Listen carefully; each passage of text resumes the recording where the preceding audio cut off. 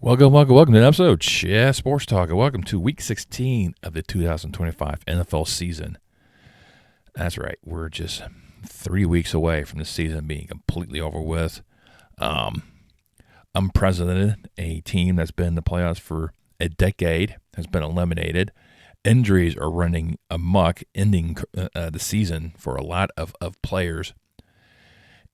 And a lot of teams are starting to bench their quarterbacks in order to preserve them, and age is just a number in another team.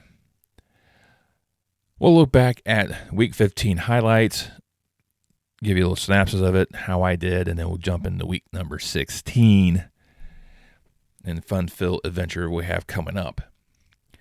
Now, Week 15, I did extremely well. I went 12-4. I was actually shocked I went 12-4. I did call for a couple upsets. A couple of them just did not turn out the way I thought they would, and here we go. So last Thursday night, I had Atlanta heading to Tampa Bay, and Kirk Cousins has a very good understanding in how to play on Thursday nights, especially against Tampa Bay. He seems to be very good against them. And for most of the game, Tampa Bay had Atlanta pinned down, but they allowed Atlanta to come back and ended up winning in the end 29-28. And that kind of put my whole idea of the week going great. Here we go again. But on Sunday, Chicago hosted the Browns. Defense dominated. The offense performed 31-3. The Bears rolled. On the jungle, Cincinnati, I thought the Bengals could go in there and sweep the Ravens to, get them stay in the hunt. But Lamar had other plans, and the Ravens defense had other plans. Stifled Joe Burrow. The rest of that Bengals offense shut them down as Baltimore ended up winning 24-0, ending any chance of the Bengals coming back. We head to the plains of Kansas City and Arrowhead, where the Chargers came to town. They were looking for a sweep. I'm like, no, this is where the Chiefs are going to come in. They need this win to get back in the hunt because they're on the verge of elimination. Fortunately, towards the end of the fourth quarter, Mahomes was trying to make a play. Took a nasty little fall and ended up tearing MCL, and he's done for the season. He already had surgery on that, and the Chargers ended up beating the Chiefs 16-13, eliminating the Chiefs after a decade run in the playoffs. So it means there's going to be a new contender for the AFC this year. Give me loss number 3. That's pretty quick thus far. Then Buffalo headed to New England. I picked Buffalo, and earlier on, New England was poised to really drive home the point, but Buffalo came back and ended up winning 35-31. Both teams utilizing the run to their advantage. Buffalo just slightly better. They're still a game behind New England for that AFC East title, but definitely has made the last couple of weeks between these two teams very interesting. And then Washington headed to New York to take on the Giants. Here I took on the Giants. Just because of the Jason Daniels situation, and Marcus Mariota came in, even though he's had some good showings here and there, but I was looking at Jackson Dart and what he's been able to accomplish with this team that just seems to overperform to what's left on that team after injuries.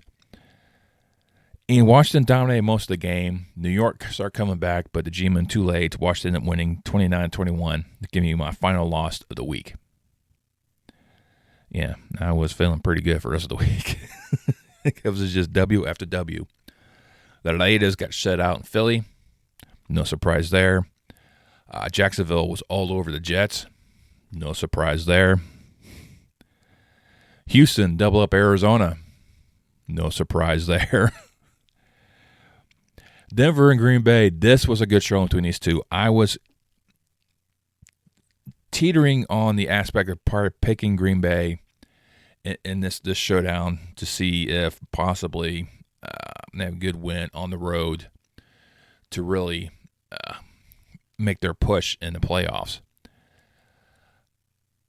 But unfortunately, during this game, Micah Parsons got injured, also with the ACL.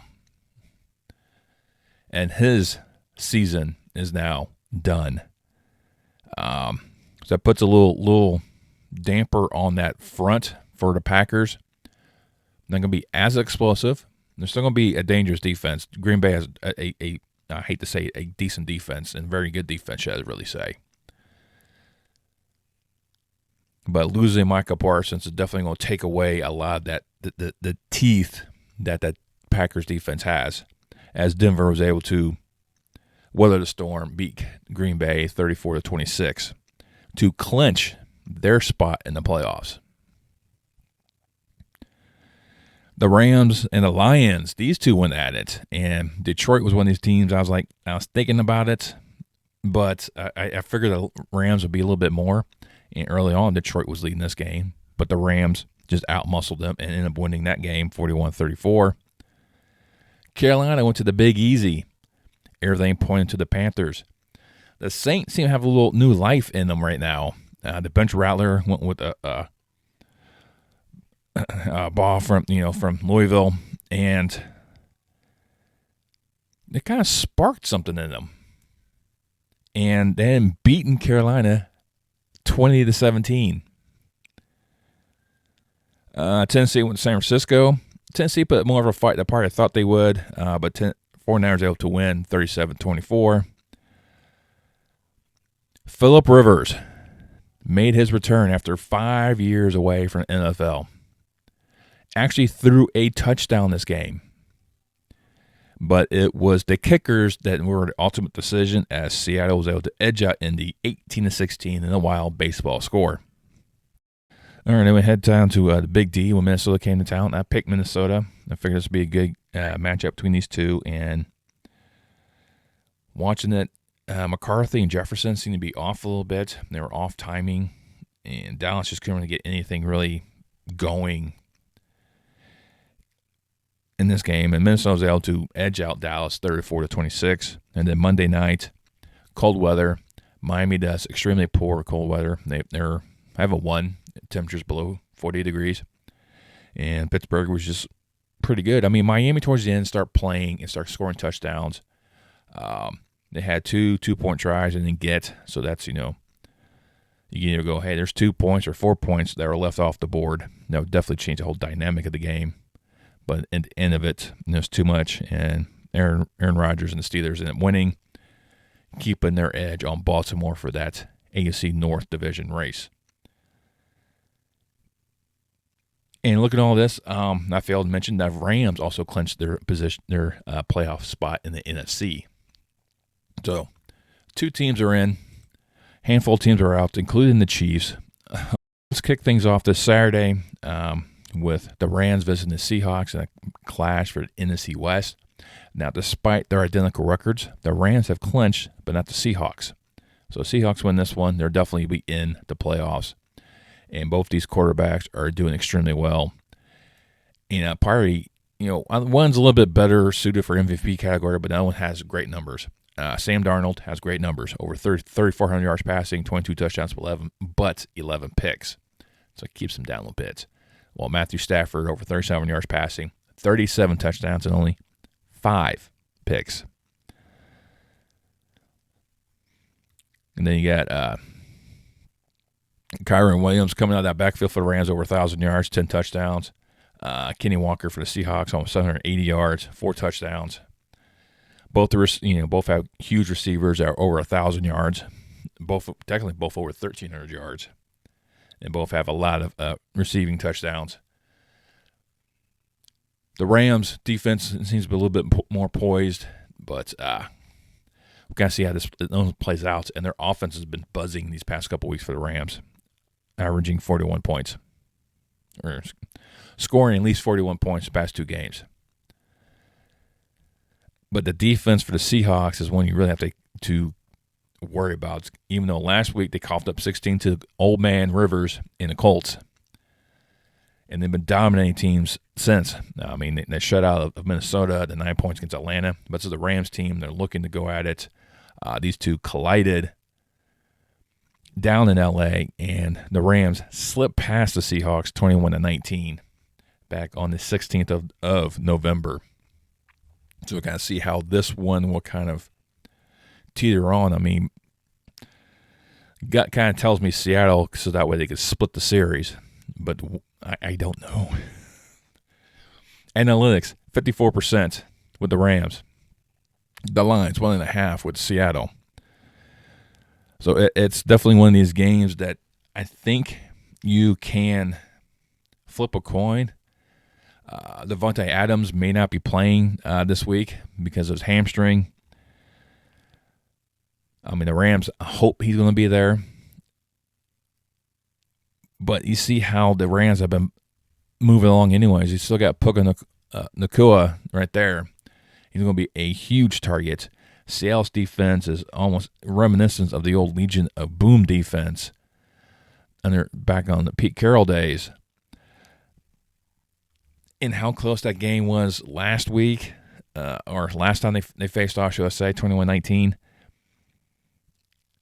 And I don't know, just it is extremely difficult for me to really pinpoint where to go with this. I'm going to keep with my original pick. I'm taking the Rams in this showdown, but this is definitely going to be one of these games I think I'll probably end up losing. So if you can avoid this game, please do. But no matter who you choose, I think it's the right choice. But I'm just going to go with the Rams in a very close contest. Saturday, that's right. College football is done. They're in the bowl season right now. And so Saturday is now come open for a pair of games. And we'll go ahead to D.C., where the Commanders will play host to the Eagles. The Commanders have decided to go ahead and just bench Jason Daniels for the rest of the season. Why not? Why risk any further injury with him? Let him just recover so he get a fresh start next season. Marcus Mariota had a decent game last week. Right now he has 1,600 yards passing, 10 touchdowns with 7 picks. Jalen Hurts, shy of 3,000, 22 touchdowns, 6 interceptions. Right now Saquon's questionable to play against because of illness. I'm sure that's going to differ a little bit. But the rushing attack by the Eagles has been kind of missing.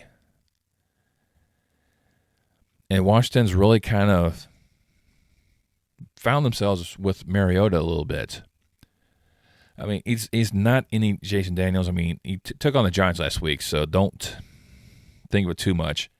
But you saw what they did what the Eagles did last week, stopping a 3-game slide by shutting out the Raiders.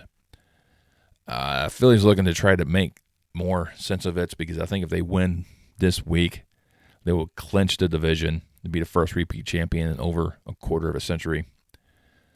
Right now, NLX is all over Philly at 67%. The line's at 5.5. I see no issues with that one. I'm taking Philly to win in D.C. Now we head to Chicago, and the Bears will get the Packers without Michael Parsons. This is going to be a huge for them. Also, Josh Jacobs also questionable with a knee. So a couple key injuries right there with the Packers that could really elevate the Bears. And the Bears themselves, like I said, handled Cleveland quite handily. They were starting to come back against Green Bay, and an interception late cost it. They're dominant. They're running over Philadelphia, edging out Pittsburgh, edging out Minnesota. I mean, the cardiac Bears have kind of left it, been there. But Jordan Love has had a very good season, over 3,300 yards passing, 23 touchdowns, 6 picks. Then you look at Caleb Williams, almost similar numbers, over 3,100 yards passing, 21 touchdowns, and only 6 picks. So definitely has some very similar traits between these two young quarterbacks. But LaFleur is going to have this team running, ready to go. Right now, NLX is all over Green Bay, 59%. The line has in favor of Green Bay at 3. I'm staying home. I'm picking the Bears to win at home. Right now, they're sitting on top of the division. They get that 1-game edge, or half-game edge, should I say, over Green Bay. Yeah, Chicago's 10-4, and Green Bay's 9-4-1, so half-game edge. So if they get this one, it'll help, separate them from Green Bay, and I don't know, maybe see, Chicago return as a division title winner. But yeah, picking the Bears in the upset this week. Then on Sunday, we're going to the city by the lake, Cleveland, playing host to Buffalo. I'm not going to spend too much time in this one. I think Shador. I mean, he's already put up some decent numbers, and the limited amount of time playing he has played, over almost 950 yards passing, 5 touchdowns, but 6 picks. That's part of his problem. And Myles Garrett is going to do his thing. I mean, he's going to be Defensive Player of the Year. He's got 21 half sacks. I mean, that's like the only 2 bright spots the Browns have. And if the Bills can continue to run like they did against New England and continue to push this narrative, they'll be putting themselves in a nice position right now. And it looks like I'm at 80%. The line's at 8.5. I see no chords with that. Buffalo. All right, next we head to Jerry's World as the Cowboys. The playoff hopes are hanging by a thread as they play host to the LA Chargers, who are looking very good. Justin Herbert is doing extremely well right now, almost 3,200 yards passing, 23 touchdowns, 12 picks. Dak's almost at 4,000 yards with 26 touchdowns, 10 picks. Then you got Devontae Williams coming that backfield for him, over 1,000-yard rusher, 10 touchdowns. So you go see that's going to be a huge factor. Vidal, not really doing a lot. Chargers tend to be more of a pass-centric type of team, it seems like. But definitely things you have to kind of look at, and you look how the Chargers have been playing. They've knocked out last year's Super Bowl contenders. Cowboys did that earlier, a couple weeks ago. Right now they're on a 2-game losing streak. Chargers on a 3-game winning streak. So somebody's streak is going to continue, or they could both end. Right now, analytics likes the Chargers at 51%. The line's in favor of Dallas at 1.5. I'm not sold on the Cowboys in this aspect. They'll definitely put up a fight. I'm not going to question that one. They're going to put up some numbers. I won't be surprised if they're winning at halftime. But I just think that our Harbaugh and Herbert have a unique perspective in this arena, and I think the Chargers find a way to edge out the Cowboys in eliminating Dallas from playoff contention. The Chiefs, fresh off of being eliminated, will head to Nashville, take on the Titans. Patrick Mahomes is no longer there. He is done for a season. Minshew will take over with all those weapons he has on offense. Don't know if he's going to maintain that. You have the Titans, who have put up some numbers over the weeks. I mean, they win in Cleveland. They put up great numbers against the 49ers. Great numbers against Seattle, Houston. I mean, they were right there with all of them. And looking at the things, I think Cam Ward, decent numbers, 2,600 yards, 11 touchdowns, 7 picks. Tony Pollard, not stellar, but almost 850 yards rushing, 5 touchdowns. And right now, analytics favor Kansas City at 68%. They give them an 11.5-point spread advantage. What the heck are they smoking? This is not Patrick Mahomes leading this team. This is Gardner Minshew leading this team. I haven't seen Minshew being prominent since his days in Jacksonville. Tennessee is going to be poised to win this game. I don't see any issues with Tennessee pulling off this victory, unless they just self-destruct as they play. The defense going to have some problems keeping hold of Kelsey and Watkins and all the other receivers that Kansas City utilizes to spread out the ball and stretch out the defense. But Minshew is no Mahomes. He won't have the same flair. Kansas City's going to put up points, but I think Tennessee at the end of the day is going to be well-versed and come away with their 3rd win of the season. Then the Bengals head down to South Beach as Miami's playoff hopes are just dangling right now. There's talks of Tua being benched.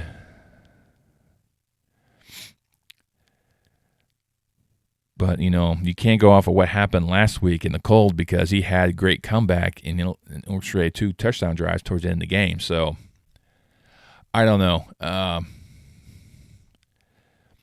Cincinnati is just one of those weird teams to try and figure out which version is going to show up. And, Joe Burrow for the past 2 weeks has just not been there. So maybe he comes back this week. Who knows? But analytics like Cincinnati, 70%. The line is in favor of Cincinnati at 1.5. I just think Miami's in the better position. They have a very thin playoff thread they're trying to hang on to, and the only way to continue to win or continue to stay alive is to win. Cincinnati has nothing to play for. They have nothing to lose, so I wouldn't be surprised if they just pull out some trick plays or whatnot. But I'm taking the Dolphins to edge out the Bengals at home. The Jets will head down to the Big Easy between these two. And,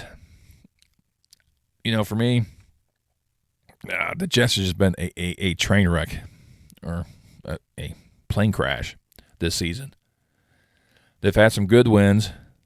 They've been close in a lot of games, surprised some teams. But in the end of the day, it's the Jets. The Saints struggle throughout the season. Rattler, which is not really seen as, I guess, the intimates of this team. But you've seen that they swept Carolina, beat Tampa Bay. I mean, they have no shot in making the playoffs, but they can at least make things kind of interesting in the South, the NASCAR division. But taking on the Jets is just going to be, I think, just 2 bad teams squaring off. The Saints, analytically, 64%. The Lions at 3.5.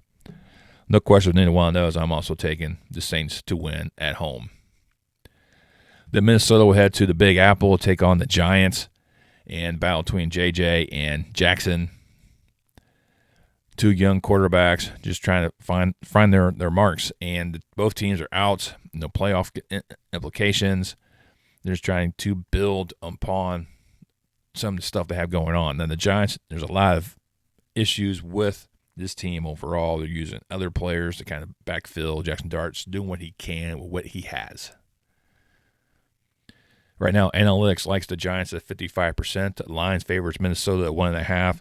I like Minnesota a little bit better in this one. I think JJ is going to just have a little bit more fun in New York and be able to edge out a victory. Then head to Charlotte as the 7-7 Panthers take on the 7-7 Buccaneers to determine who is going to take the lead in the NFC South Division. These are the only 2 teams left in the fight. And right now, the Buccaneers are just shooting themselves in the foot. Losers of 4 of the past 5 games. Really kind of push this thing on here. Carolina's been going back and forth between winning and losing. Getting swept by the Saints kind of hurts. Now they have the opportunity to sweep the Buccaneers. Because right now, Baker, almost 3,000 yards. 22 touchdowns, 7 picks. Bryce Young, 2,500 yards, 19 touchdowns, 9 picks. Both these quarterbacks are finding ways to find the receivers. Carolina's a little bit better rushing attack with Dowdle, over 970 yards rushing, 6 touchdowns. But right now, analytics favor the Bucs at 56%. The Lions favor Tampa Bay 1.5. Taking the Panthers. They've been back and forth between these games lately, and they lost last week, so they're due to win. So, by the way, to offset their sweep, again, being swept by the Saints, is to sweep the Bucs. And then they'll take the lead in the division, really put more pressure on Baker Mayfield and the rest of that Bucs organization. Then up to Denver, where the 12-2 Broncos will take on the 10-4 Jacksonville Jaguars. This could be a future AFC Championship game rematch or a possible AFC Championship match if things kind of placate the right way for them. Trevor Lawrence has really had a resurgence lately since the trade deadline and return of Thomas. Over 3,200 yards passing, 23 touchdowns, 11 picks. Nix, over 3,200 yards passing, 23 touchdowns, 9 interceptions. Itoné, almost 950 yards on the ground, 7 touchdowns. So Jacksonville's a little bit balanced on their offensive-wise. Defense for Denver is going to be a huge factor. Benito is a huge problem that the Jaguars' offensive line is going to have to try to find ways to mitigate, to avoid Trevor Lawrence be rushed. And if you rush Trevor Lawrence, that affects the entire aspect of this offense. If he's off his timing, his ability to get set before he throws, the offense is out of whack. It's been proven time and time again, especially in the game in Houston, where the defense all of a sudden just came to life. But the Jaguars have been on a roll. So has Denver. Just winning game after game after game. Right now, Denver analytically is favored at 58%. The line has Denver favored at 2.5. Taking Jacksonville to win on the road to shock Denver. Just one of those games kind of go, hey, just remember, be a little humble. But don't take nothing into it. But I just think Jacksonville's going to slightly edge on them. We head down to the deserts of Arizona in the Valley of the Sun as Arizona Cardinals play host to the Atlanta Falcons. Both teams really have nothing to play for. It's been kind of a tumultuous season right now for the Cardinals. They've been just losing lately a lot. And, a Tampa Bay win or loss and Jacksonville, they're two teams that they play close but just couldn't overcome some adversity. Atlanta had a nice win against Tampa Bay. Could they do it again? Quite possibly. Kirk Cousins will find a way. The defense or the team seems to find ways to kind of placate B.J. Robinson. Huge factor in this Atlanta Falcon resurgence. A little too late. They have no playoff indications, but they can at least make a statement. Right now, analytics likes the Cardinals at 52%. The line's in favor of Arizona at 1.5. Taking the Falcons on the road. I just think Kirk Cousins is going to be a little bit better than Jacoby Brissett. Then against Jacoby, like I said, he's doing extremely well with the Cardinals right now. I just think a few key pieces. The Cardinals will be in a good position next year, but I just the way the Cardinals have been playing lately, the way Atlanta's kind of thriving here and there. This could backfire. This could be also Arizona's game. So this is another game if you might want to avoid, if at all possible.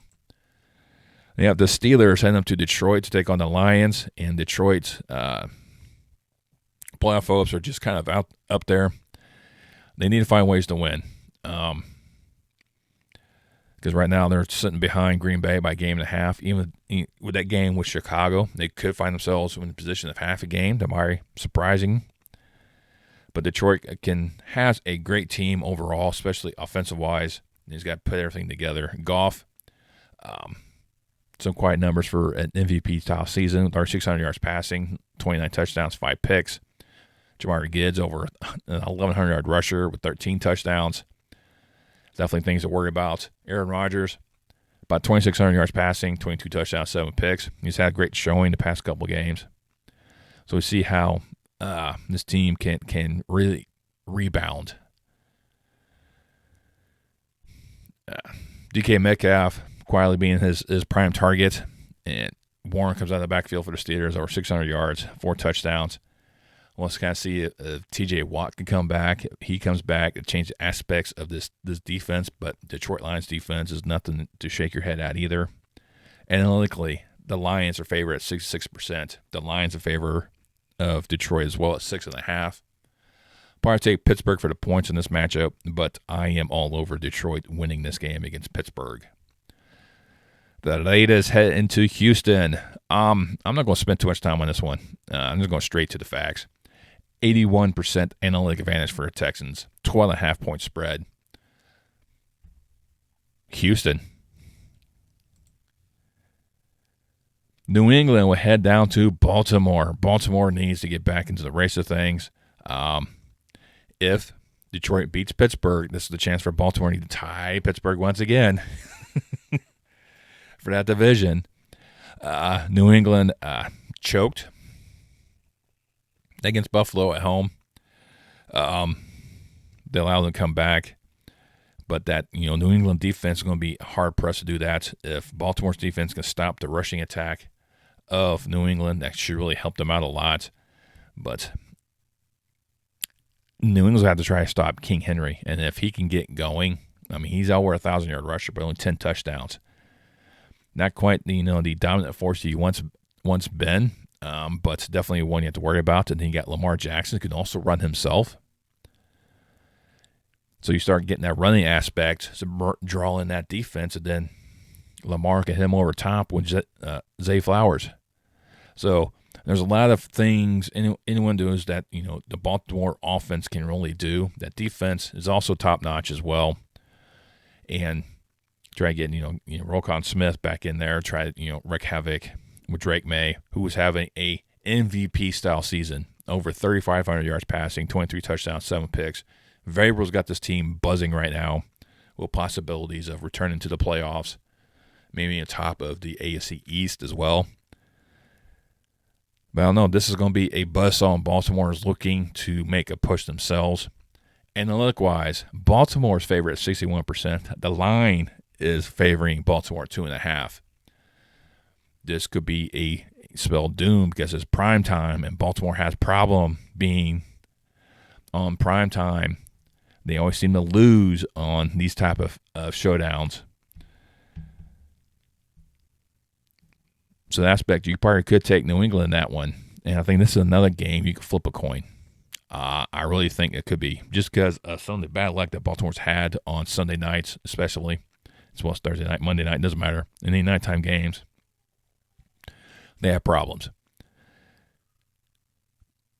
But they have to get that monkey off their back and find ways to win when they shouldn't be winning. But right now, like I said, they're favored to win this game. I'm still taking Baltimore. I do think they could be slightly better in finding ways to put everything back in perspective. And then Monday night, Old Man Rivers will playing host to San Francisco 49ers. Philip Rivers is trying to see if they can continue his remarkable return. He had a touchdown last week. First time he did that in 5 years. Overall, the Colts did well. With a geriatric as a quarterback. They only lost 18-16 in a field goal battle, but they're taking on the 49ers team, and they're going to cough up the points. I think there's going to be ways that Taylor's going to break out. He's a 1,400-yard plus rusher. Definitely MVP himself with 16 touchdowns. Christian McCaffrey is going to be a huge problem for that Colts defense to worry about. Because you have to worry about him rushing, because he's almost a 1,000-yard rusher there. He also has over 800 yards receiving. So, and I think it doesn't really matter which quarterback, going to be Jones or Purdy. 49ers are seeming to find ways to really get the best out of their quarterback with the particular scheme they run. The defense is starting to come around. They did cough up 24 points to Tennessee, but in previous 2 weeks, they really handled Cleveland and Carolina quite handily. So, analytics likes San Francisco is 61%. The spread right now is 5.5 in favor of the Niners. I myself like San Francisco in this showdown. I think 49ers will be poised to make this one. Those are push Indianapolis further out of the playoff push. After this great start of the season, they're starting to seem to collapse. Injuries kind of play a huge factor in that one. But it is what it is. Well, there you go. Those are my 16 games for Week 16. Did kind of went on a limb on some of them. Some of these games I'm struggling with. I might have picked a few of them wrong, like Thursday night matchup, Sunday night matchup. Those are 2 games on top of my head that I'm looking at. I could have went the other direction. But let me know down in the comments below what you think. Which game I got completely wrong. Is your favorite team still in the hunt for a playoff position, or are they starting to look at this year's incoming draft class? So mix it up, comment below. The more we mix it up, the more we boost this the algorithm for this video. The greater the push, that means more eyes get to hear this sultry voice and the inadequate ramblings that I do. If you like this video, hit that thumbs up. Greatly appreciated. To further support this channel, you can subscribe. All you do is just smash that subscribe button, click that bell icon, turn on notifications. Next time I post any more content on my channel. And I'll see you next time on Chat Sports Talk.